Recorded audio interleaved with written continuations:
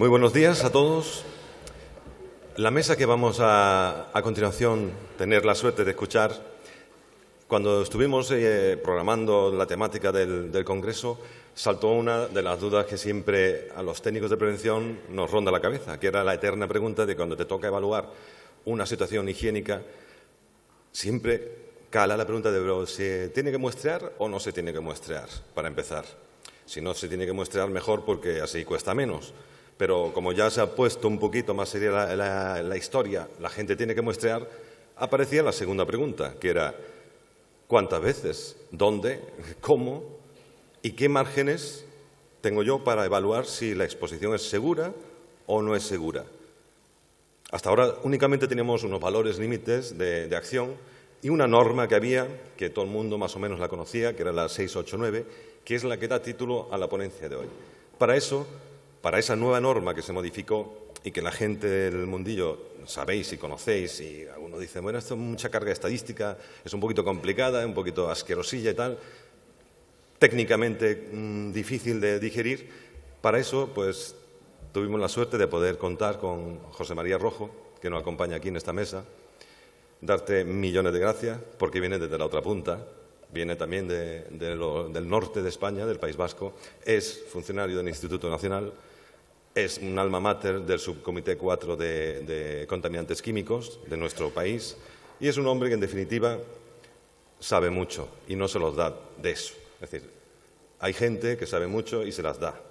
Él sabe mucho y no se las da. Por eso aparece en todos lados. Me pareció verte en el vídeo de Asturias, que también aparecías tú ahí, me parece. Darte las gracias, José María, y espero que todos aprovechéis esta jornada, ¿vale?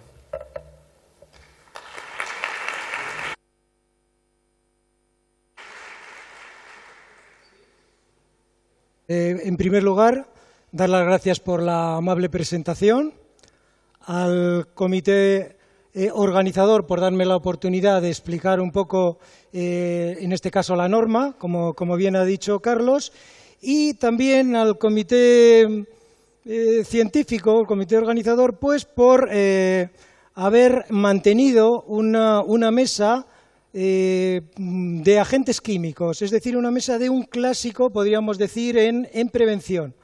Hemos visto unas ponencias y unas mesas muy interesantes, muy actuales, pero bueno, también es importante que tengamos en cuenta los técnicos de prevención, pues bueno, pues esa circunstancia, esa espada de Damocles, ¿no?, que tenemos en la cabeza pensando un poquito en los agentes químicos, que es un clásico, pero que bueno, pues evoluciona, se transforma y bueno, pues tenemos que estar siempre alerta, es algo cambiante.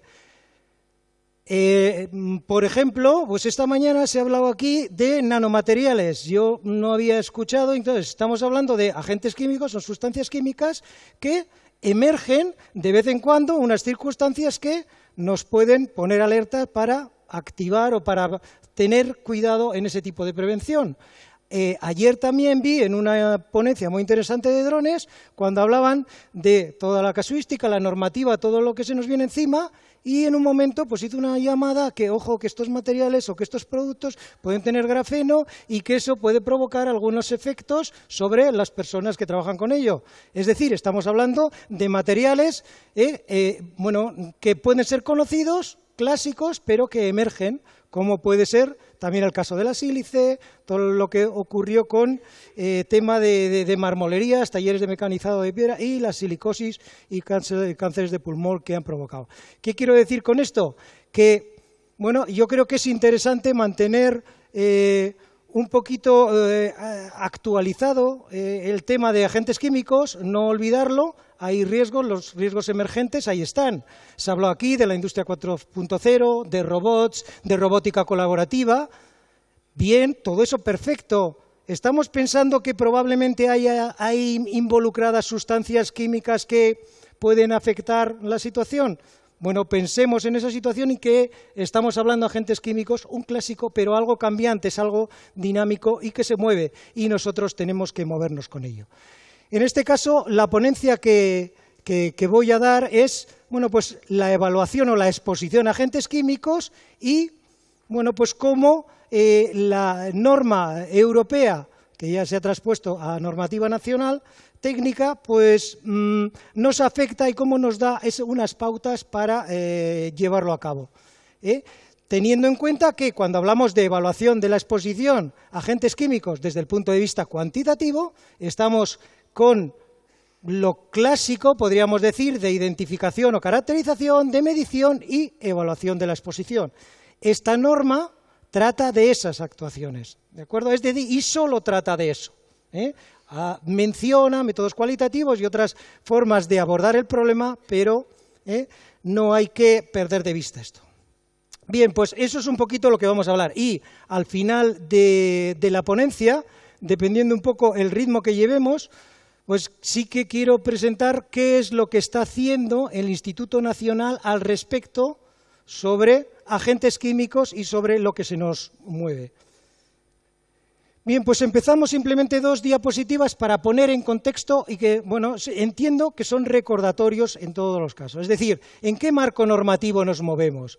Nos movemos como marco básico en el Real Decreto de Agentes Químicos y creo que todos lo conocemos. Yo simplemente, dada la característica de la ponencia de hoy, vamos a hablar de la parte que a mí me interesa, de evaluación de riesgos, agentes químicos, el artículo 3 y lo que tiene.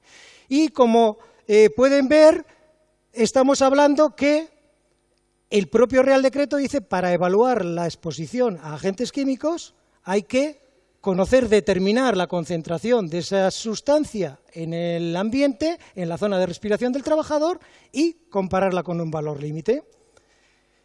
Nos habla que, por tanto, cuando nosotros queramos hacer una actividad de medición y de determinación de la exposición, tendremos que tener nuestro procedimiento de medida, nuestro sistema, seguir las características, aproximarse lo más posible a lo que es el valor límite y lo que ello implica, el método de medición y todo. Nos dice que cuando por otros medios de evaluación se haya conseguido demostrar claramente que se ha logrado una adecuada prevención y protección, no serán necesarias mediciones. Carlos lo acaba de comentar. Ahora mismo no va a ser necesario mediciones en todos los momentos, pero hay que ver, no hay que pasar tampoco al otro lado del péndulo, de no medir, todos métodos de estimación y podríamos decir la higiene low cost. No quería llegar ahí, pero bueno, ojo, aquí es importante también la pericia del técnico, la experiencia. Estamos hablando de modelos simplificados, métodos cualitativos, que bueno, tienen su ayuda o su herramienta para la caracterización inicial de la exposición, pero nos servirán para ciertas situaciones, pero no para todas. Y esto no es incompatible con hacer mediciones. Como mínimo tenéis ahí la necesidad de realizarlas para la eficacia media preventiva, para el control ambiental y en algunos reglamentos específicos, como el caso del amianto, pues nos va incluso a detección de fugas o al índice de descontaminación, etc. Bien, nos habla también de la combinación de efectos. Ojo, tener en cuenta eso. ¿Qué ocurre? La norma que más o menos todos teníamos interiorizada porque ha sido muy longeva, de 20 años, puede ser porque es una normativa compleja, o puede ser porque bueno, pues no se ha desarrollado otras actividades que la actualicen, porque en normalización 3 o 5 años a veces puede ser quedarse una norma técnica un poquito vieja, pero bueno, esta norma del 95, traspuesta a España 96, pues bueno, no quedaba muy claro el aspecto de combinar. La nueva norma ya incluye pues un anexo específico de cómo poder abordar esto, algo que ya de todas maneras creo que todos conocen porque los documentos, por ejemplo, de límites de exposición profesional del instituto, pues ya recogen también cómo abordar estas situaciones cuando haya más de un agente químico. Y lo mismo dice el Real Decreto, la revisión periódica, las evaluaciones periódicas. Y bueno, pues los criterios, pues en función del previsible deterioro del proceso o la variabilidad de los resultados, de las mediciones, si hemos hecho esas evaluaciones con mediciones. Bueno, pues también la norma nos da unos criterios técnicos para hacerlo. Bien, la segunda de introducciones, hemos visto el campo normativo Y ahora el campo o el ámbito técnico. Bueno, pues en el ámbito de normalización, pues son documentos técnicos, son públicos, porque tanto en el periodo de elaboración como en su desarrollo pues son públicos para todo el interesado, son de desarrollo de actuación voluntaria, no son obligatorios a no ser que estén en un reglamento, y son documentos técnicos consensuados que al final algún organismo de normalización pues los lleva a cabo. En este caso, las normativas importantes de las que estamos hablando o que vamos a hablar hoy vienen del Comité Europeo de Normalización y, bueno, pues de estos tres son de los que salen prácticamente el 100% de la normativa técnica aplicable a evaluación de la exposición a agentes químicos. Bien, vamos a hablar un poquito de la 689 de 2019, pero no quiero dejar de mencionar que cuando hablemos de mediciones estamos hablando que nos va a afectar una norma, la 482, sobre requisitos generales de funcionamiento de los procedimientos de medida. Claro, porque es importante de las conclusiones que vamos a sacar de esas mediciones. ¿Las hacemos bien? ¿Las hacemos mal? ¿La estrategia de muestreo, el método de medida es eficaz para lo que quiero analizar? ¿Por qué sigue siendo necesario una norma de este tipo? Bueno, una norma de este tipo sigue siendo necesaria porque los agentes químicos en distintas actividades, procesos industriales o en otro tipo de sectores, pues hay involucrados muchos agentes o varios agentes químicos que son muy cambiantes, la cantidad que se genera dependiendo del proceso, dependiendo de las medidas preventivas que pueda haber, de condiciones de temperatura, de cómo se realicen las tareas, es decir, es muy cambiante. Y eso genera que, por ejemplo, a lo largo de una jornada laboral, una única jornada, pues la variación de la cantidad que un contaminante puede haber en el entorno laboral y, por lo tanto, puede estar expuesto ese trabajador, pues es muy cambiante. Si, además, vemos que otro día, si hacemos la misma analítica, llegamos a una situación que hay bastantes diferencias, pues ¿qué ocurre? Que es muy importante si nosotros queremos determinar la exposición diaria, porque queremos comparar a través del índice de exposición, comparar con el valor límite para tomar unas decisiones, pues va a ser crítico, lógicamente, el momento y la duración del muestreo. Luego estamos hablando de una estrategia de muestreo importante. Como digo, es, además de que varía a lo largo del propio día, de la propia jornada, bastante la concentración, puede variar, depende un poquito, y que la variabilidad que puede haber de un día para otro, resulta que si, por ejemplo, hacemos un análisis de este tipo que tenemos aquí, un material orgánico, a lo largo de un mes, la concentración media de cada día, pues nos podemos encontrar un perfil de exposición de este tipo. ¿Qué ocurre? Pues que ocurre aquí que si yo quiero una medida representativa, eficaz de lo que hay ahí, casi me tendría que ir a analizar cada día y a cada trabajador. Luego eso, pues bueno, pues no es viable ni desde el punto de vista práctico, ni económico, ni etcétera. ¿Eso qué significa? Que debemos recurrir a una estrategia de muestreo.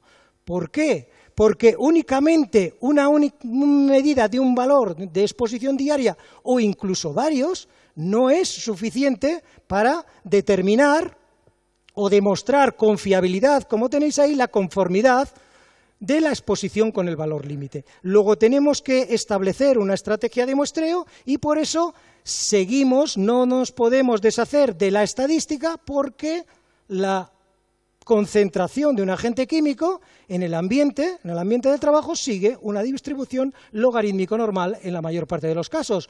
Luego la 689 nueva lo sigue contemplando y lo que pasa es que se ha intentado o hemos intentado simplificar un poquito la metodología para que sea más fácil de llevarlo a cabo.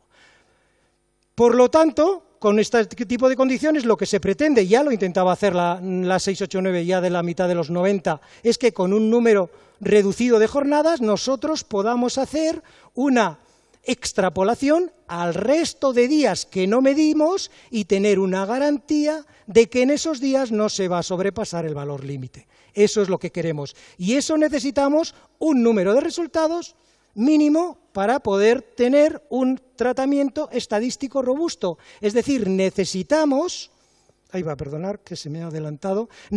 recurrir a alguna prueba estadística, a algún sistema que nos dé un nivel de confianza para que esos días que yo no mido no tenga ese riesgo de sobrepasar. Por lo tanto, el objetivo de la norma 689, como tenéis ahí, es realizar mediciones representativas de la exposición. ¿Veis toda la variabilidad de los resultados que nos podemos encontrar de concentración de contaminantes químicos en un puesto de trabajo? Bueno, pues eso es lo que pretende, es hacer que sean representativas lo que yo mido ahí, lógicamente por inhalación de agentes químicos, y demostrar que son conformes. ¿Qué es lo que hace esta norma? ¿Qué es una de las modificaciones importantes que tiene? Pues proporciona un procedimiento para demostrar con un pequeño número de mediciones que es improbable, con un alto grado de confianza, estar expuesto a concentraciones que excedan los valores límite de exposición profesional. Lo pongo entrecomillado porque es el texto traducido de la norma. Y la norma también es aplicable a los valores límite de exposición profesionales o a valores límite técnicos. Lo que no es aplicable a valores límite con periodos de referencia inferiores a 15 minutos. En nuestro caso tenemos los de corta duración, 15 minutos, y los de exposición diaria, luego serán aplicables a los dos. Aquí tenéis pues simplemente reseñas de anexos informativos de la norma donde pues apoyan o proponen unos métodos para poder hacer eso. No son excluyentes. Lo que hace esta norma ahora es dar bastante libertad, mucha libertad al técnico de prevención para que realice sus actividades y sus funciones. Bien, desde el punto de vista de la norma, pues el índice tiene una especie de rigideces que nos marcan pues qué es el contenido y qué debe tener. A mí lo que me importa para lo que estamos hablando hoy es el punto 5 de evaluación de la exposición laboral, y pensar que es una norma que tiene más de 60 páginas en castellano, de las cuales casi 40 son de anexos informativos de cómo desarrollarlo, ¿vale? Entonces estamos hablando de una norma compleja y extensa. La parte importante que tiene de evaluación que estamos hablando hoy es la caracterización básica, estrategia de muestreo, realización, cosas que ya nos suenan delante. Y luego tiene pues informe y evaluación periódica. Al final, todo esto lo que aporta son 9 anexos que dice cómo poder hacerlo. En el primero incluye los métodos cualitativos, incluso da unas recomendaciones o en qué puestos de trabajo o en qué actividades se podría hacer esa evaluación periódica o esa estimación inicial a través de estos métodos. Y pues el resto de cosas que pues nos ayudan a entender. Es decir, la norma nos propone cosas, nos deja libertad para que podamos nosotros actuar, pero ahí está. Bien, ¿cómo trabaja? Pues la norma trabaja con una estrategia de actuación, podríamos decir, para la evaluación de la exposición a agentes químicos por inhalación, etcétera. Todos conocemos paso a paso, y especifica que las características que tiene es que el técnico superior de prevención con la especialidad de higiene industrial es el que puede realizar esta función. Para poder pedagógicamente explicarla, yo simplemente aquí he dicho que se puede entender con un proceso paso a paso, donde en cada uno de ellos el técnico de prevención tiene que tomar unas decisiones. El primer paso sería una caracterización básica. Estaríamos hablando de una situación similar a lo que ya veníamos de la norma anterior. Estudio básico, estudio inicial, pues estamos con otros términos, es muy aproximado a eso. Luego hablaríamos de mediciones de la exposición, vendría la comparación con el valor límite y mediciones periódicas. Pero esto es una clasificación en 4 fases que yo he puesto, ¿vale? Si veis algún texto o alguna publicación, cada uno, para explicarlo lo puede hacer. Simplemente es desde el inicio, que sería la caracterización básica o caracterizar la exposición, lo que digo, algo ya que todos conocemos, que sería la identificación de los agentes químicos, la revisión de los factores o de las condiciones de exposición, y luego la tercera etapa dentro de esta caracterización básica sería hacer esa estimación de la exposición, ayudarnos de esos métodos cualitativos pues para ver si son necesarias mediciones o no. Si aquí vemos ya que con este primer estudio estamos pasando, pues ya no necesitaríamos pasar a mediciones porque lo que hay que hacer serían medidas de control del riesgo. En cambio, si no, la estimación nuestra todavía está por debajo del correspondiente valor límite, nos podemos plantear si son situaciones o no de hacer mediciones para evaluar. Esto pues es muy conocido, creo que lo desarrollamos la mayor parte de los técnicos de prevención, entonces simplemente es la recogida in situ de toda la información relevante, de observar el puesto de trabajo y cómo se realizan las tareas, pero además obtener la información de los que están ahí, que conocen esos trabajos, el empresario, técnicos o mandos intermedios, los servicios médicos y, por supuesto, lógicamente, los trabajadores y sus representantes. Es decir, esa recogida es lo que entendemos como caracterización básica, lo llama la norma, caracterización de la exposición, y aquí sí que es importante o puede afectar a ese resultado de la caracterización la experiencia, los conocimientos, la práctica que pueda tener el técnico de prevención. Estos son 3 etapas: identificación de los agentes químicos, nos determina la peligrosidad; la revisión de los factores o condiciones de exposición, nos va a dar la magnitud de esa exposición; y luego una conformidad con el valor límite a través de la medición de la exposición. Bueno, pues estas 3 etapas de la caracterización es algo que ya conocido, estaba en la anterior norma, está en la guía técnica de agentes químicos, pero sigue siendo importante porque nos da, de este proceso de evaluación, nos permite definir las condiciones de la exposición y hacer los grupos de exposición similar, definir trabajadores que tienen las mismas actividades y, por lo tanto, pues inferir los resultados de uno al resto. La primera parte, como todos conocéis, pues fundamentalmente lo que hay que hacer es el listado de sustancias químicas que tenéis ahí para, bueno, pues determinar incluso la prioridad de actuación.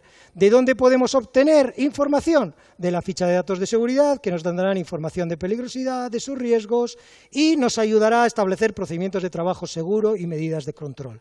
Fichas de datos de seguridad que no todas son satisfactorias, podríamos decirlo. Nos podemos encontrar, y hay ya distintos estudios, y he estado en los últimos congresos, que incluso se está haciendo hincapié en la calidad de las fichas de datos de seguridad.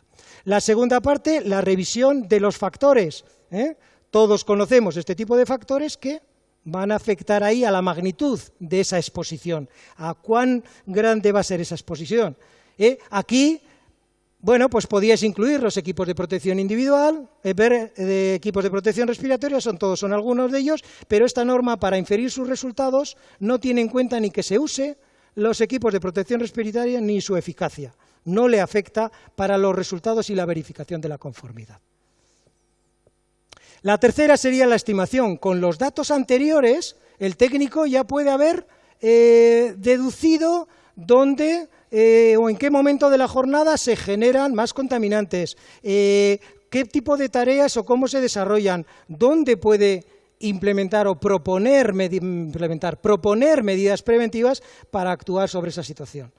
Pero para llegar a una primera estimación, una caracterización inicial, pues aparte de esos datos, pues puede tomar alguna medida con algún equipo de lectura directa, lógicamente no valen para la exposición laboral, pero sí que pueden dar una idea de situaciones. Además, se puede o se debe apoyar en estos otros métodos cualitativos o modelos de exposición que han avanzado tanto a consecuencia del REACH, o en otro tipo de informaciones que ayudan para esa caracterización inicial. Incluso guía de buenas prácticas para tareas y operaciones. Estamos hablando de sistemas donde son muy variables las tareas, las condiciones de trabajo y las propias concentraciones de los agentes químicos en túneles, en situaciones de explotaciones, bajo tierra, etcétera. Entonces, ahí son situaciones muy variables y podemos ayudarnos también de distintas pues actuaciones de estos que nos van a dar una primera caracterización. Al final, ¿qué tenemos? Pues nos tenemos un escenario de 3 o una situación en la que tenemos que decidir en 3 escenarios. Un primero de no conformidad, estaríamos hablando de una situación en la cual nosotros deducimos de esa caracterización que estamos en una situación superior al valor límite. Estamos hablando, ya que con los datos que hemos tenido de cualitativos, con ver el puesto de trabajo, ver si disponen o no de medidas de extracción localizada, su funcionamiento, etcétera, podemos ver que la situación, como quien dice, no hace falta medir, medidas de control del riesgo y luego, cuando estén implementadas, venimos y empezamos el ciclo de caracterización básica y vemos.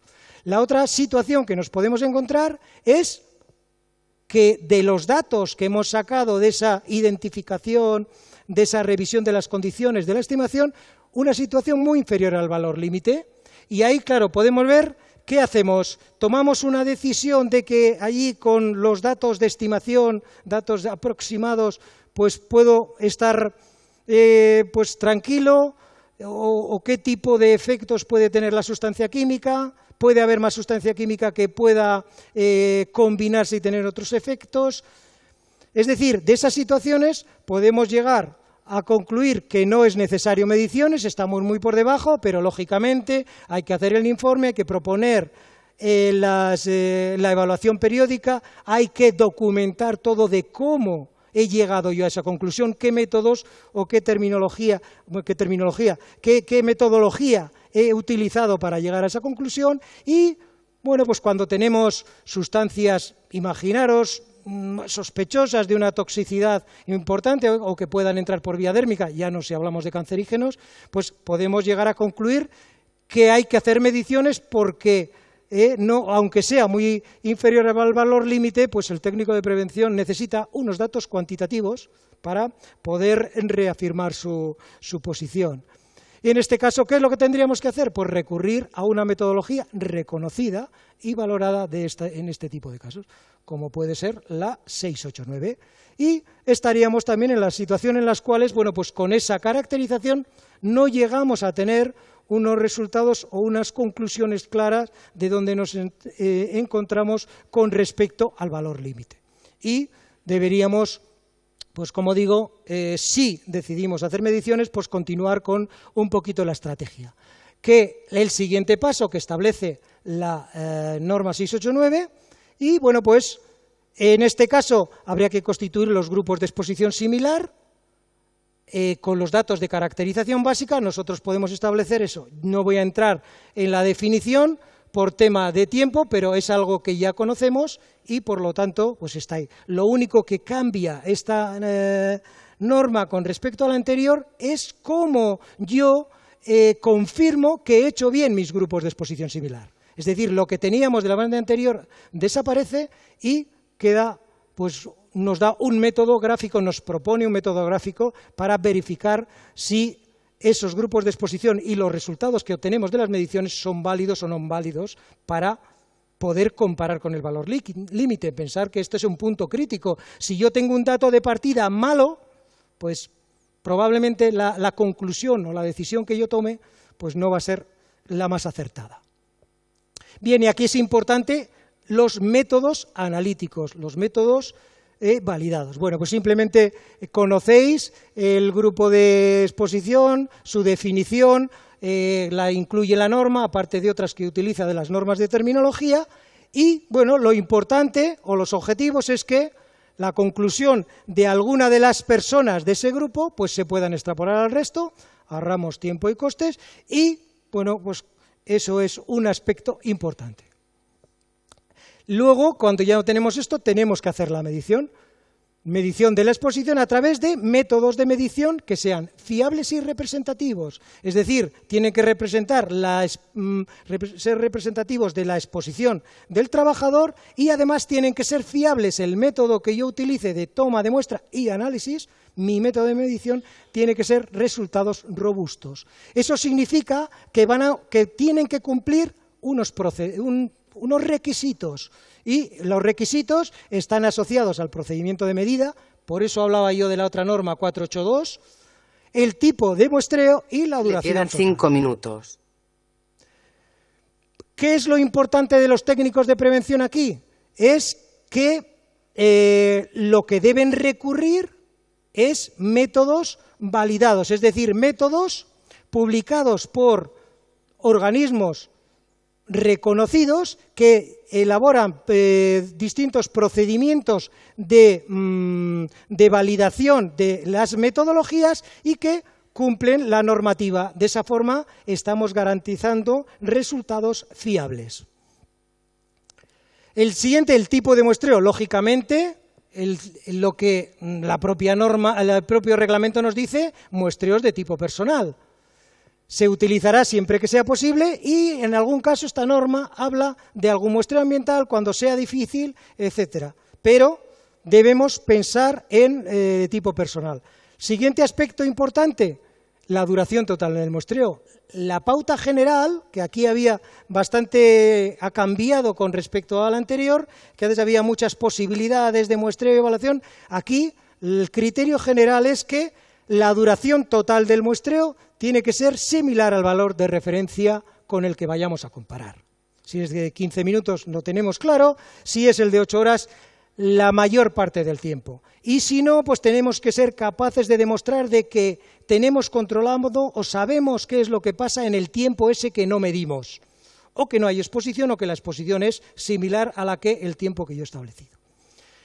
Una cosa es la duración total del muestreo y otra cosa es el número de muestras que yo tenga que hacer para cubrir, porque los métodos de medida no todos te valen, por ejemplo, con una única muestra para todo el tiempo de exposición y a veces se requiere varias muestras para poder llegar a esa exposición diaria, a una jornada. No confundir las muestras para la medición de las jornadas de exposición. Y como le hemos visto, y es el axioma de la norma, que con un único resultado, con poco, no podemos llegar a una conclusión, las mediciones deben realizarse en diferentes días y suficientes días. Es decir, como hay variabilidad interdía, yo no puedo hacer todas en el mismo día. No. Mejor, para tener en consideración factores que afectan a unos días u otros, en épocas del año, periodos de lluvia o no lluvia, etcétera, las mediciones en distintos tiempos, porque ten en cuenta que vas a utilizar unos pocos valores y tú de ahí vas a concluir que si es conforme con el valor límite no vas a tener riesgo en todos los días que no mides hasta la siguiente evaluación. Y eso es una decisión pues dura de tomar y se necesitan argumentos. Los valores límite de corta duración, pues ¿qué posibilidades tenemos? 15 minutos si la tarea dura menos. Como tenemos que muestrear, nuestro tiempo de referencia es 15 minutos, pues tenemos que recoger la tarea. ¿Qué se recomienda? Pues muestrear un poquito más, lo que llegue si la tarea dura menos, para recoger ese contaminante que pueda quedar allí residual. Lógicamente, si la tarea dura más de 15 minutos, vamos a por los 15 minutos de mayor exposición. ¿Qué ocurre cuando tenemos que comparar con un valor límite que tiene una exposición diaria a 8 horas? Pues en este caso podríamos decir que tenemos 3 situaciones.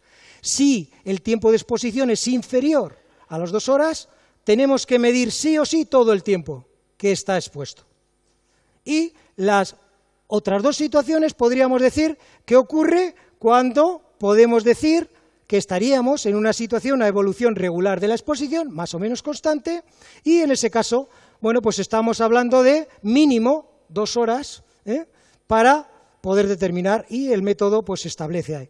La recomendación, partir siempre de que esto hay que demostrarlo muy bien y, si es posible, seguir la pauta de la norma en la cual dice muestreamos todo el tiempo de exposición a la mayor parte. Mínimo el 80%, siempre hay un tiempo de parada, de entrada. Esto hay que demostrarlo. Cuando se hagan evaluaciones periódicas, esto ya lo tengas claro, pues igual no hace falta muestrear todo el tiempo, pero las recomendaciones. Cuando la evolución es irregular de ese agente químico, pues todo el tiempo de exposición. Y, si no, por la jornada laboral. Si yo mido esta parte de aquí, tengo que demostrar con garantías de que ahí, ¿qué es lo que tengo? ¿No tengo? ¿Tengo 0 o qué es lo que tengo? Hay que demostrarlo y justificarlo. Bien, esta parte de aquí no ha cambiado mucho con respecto a la norma anterior, simplemente se ha intentado simplificar y clarificar. Se dispone el anexo D de perfil de exposición y, bueno, pues la siguiente parte sería la comparación con el valor límite, que aquí es donde sí que ha cambiado y por eso voy a centrarme un poquito en esto en un par de minutos y vamos cerrando. En esta norma hemos dicho que no un único valor no es suficiente para llegar a una conclusión de este tipo, pero nos da la opción, podríamos decir, extraordinaria para las situaciones en las cuales son las exposiciones particular o importante o excepcionalmente bajas, pues llegar a cabo una prueba preliminar, es decir, como mínimo 3 mediciones para llegar a esa conclusión. Puede ser 3, 4 o 5 y, lógicamente, la limitación que tiene esta prueba preliminar es que no vale para la exposición de 15 minutos, porque la incertidumbre esa está entre la mitad del valor límite y el doble, y si yo aquí quiero ver cómo está por debajo de la décima parte o 15, no me vale para 15 minutos. Y entonces, si yo antes de hacer un número de mediciones tengo unas primeras, si todos los datos son inferiores a la décima parte, pues podría decir que es conforme al valor límite y establecería o propondría la evaluación periódica. Si los 4 que yo tengo, pues tengo 3 y hago una cuarta porque me paso de aquí, sería 0,15 y si no, en 5 estaríamos 0,20. Si alguno de los resultados está por encima de esto, pues ya no me vale, tendría que ir a las 6 y hacer la estadística, es lo que llama la norma prueba estadística, que es lo robusto. Lógicamente, si cualquiera de los resultados da por encima del valor límite, se ha acabado. Esta norma es para verificar la conformidad con el valor límite cuando todos los resultados están por debajo del valor límite. Pero que todos los resultados estén por debajo del valor límite de una muestra pequeña que yo tomo, eso no quiere decir que todos los días con la variabilidad vaya a ser así. Por eso es importante tener una prueba robusta para hacerlo. ¿Qué es lo que asume la prueba estadística? Primero, lo que hemos comentado, la distribución logarítmico normal de la concentración, requiere al menos 6 mediciones y establece que la exposición será conforme al valor límite cuando la probabilidad de que se supere sea inferior a un 5% y nos damos un nivel de confianza. Lógicamente aquí, cuando la media geométrica de mi distribución concreta que yo estoy midiendo es suficientemente baja con respecto al valor límite y la dispersión, mi distribución geométrica es pequeña, pues bueno, tengo gran probabilidad de que no vaya a superar el valor límite. Pero eso lo tengo que demostrar, y lo tengo que demostrar con una prueba estadística como mínimo de 6 mediciones. ¿Cómo lo podríamos ver? De forma sencilla, esta es la parte más complicada, a ver si soy capaz de hacerlo rápido. Primero hemos dicho, los resultados no siguen una distribución normal, pero si le hacemos logaritmos, ya la hemos convertido en una distribución normal, que tenemos un valor medio y por lo tanto podemos sacar los percentiles. Los percentiles que simplemente nos van a dar pues el porcentaje de resultados que van a estar por debajo de un determinado valor. Yo podría tener el 95% de los resultados, si en este ejemplo de 6 mediciones, un valor medio de 10, desviación típica de 2, 13,3, y bueno, el percentil 99,9, pues con un valor Z de valores superiores a 16. Los valores Z y los valores de percentil están tabulados, hay una relación directa y como son los dos sistemas de dispersión, pues la norma anterior nos decía, cuando el valor límite es inferior a mi percentil 95 no conforme, cuando es superior a 99,9 conforme, ¿y qué ocurría cuando el valor límite caía en esta zona? Pues sin decisión teníamos que tomar más muestras. ¿Vale? ¿Qué es lo que ha cambiado con la norma nueva? Que esto ya lo conseguimos romper, este ciclo vicioso que se generaba. Es decir, si hacemos lo mismo, pues estaríamos con el mismo ejemplo, buscamos un resultado. Pensar que yo he dicho que tomo un número de resultados, no uno. Esos números de resultados, esos percentiles, van a seguir una distribución normal. Yo tengo resultados, mis 6 muestras de toda la población posible de todos los días, hipotéticamente a medir, yo voy cogiendo muestras. Si yo junto todas esas, mi percentil 95 va a variar, va a tener una distribución. Y lo mismo el resto, ¿qué es lo que hemos hecho con esto? pues mediante cálculos, mediante simulación, se ha llegado a un valor de consenso que es el límite superior de confianza de la teórica parte superior del percentil 95 con un nivel de confianza 70, porque en ese nivel de confianza se ha considerado que falsos positivos y falsos negativos Su tiempo ha terminado. Gracias. No distorsiona la medida. Y ya termino. ¿En qué se concluye? Que no hay indecisión. ¿Vale? Aquí hay una decisión, o es conforme o no es conforme. De tal forma que si nosotros utilizamos este estadístico, si está por debajo no conforme y si está mayor o igual, el valor límite de esa posición es conforme. Bueno, la norma lo utiliza con los parámetros U que llama aquí, pero son distancias. Me da lo mismo hablar límites o percentiles que distancia, pero es fácil. Y lo utiliza con una terminología y bueno, luego evaluación periódica. Yo simplemente termino con dos cositas de actuaciones del Instituto en este ámbito. Ahora mismo estamos ya haciendo las pruebas de funcionamiento de un calculador, el calculador que va a sustituir a la evaluación cuantitativa que teníamos, que esperamos que el año que viene, a principios del 2020, o sea, casi pasado mañana, ya esté en funcionamiento y podamos aplicar o esté a disposición de todos el calculador para hacer esto. Metida de datos, validación de esos datos, como os he contado, nos va a dar los resultados y lo informe, nos dará las gráficas, un poquito lo que os he estado. ¿Qué más?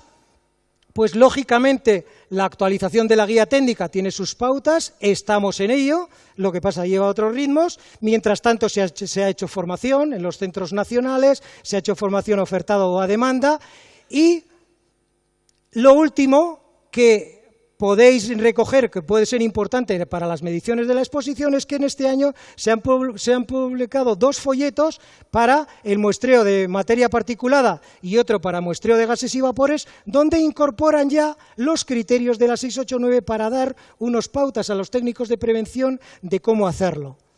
Tenéis ahí, tenéis aquí el número de muestras, etcétera. Y bueno, pues es una parte importante de todos ellos. Y gracias por su atención.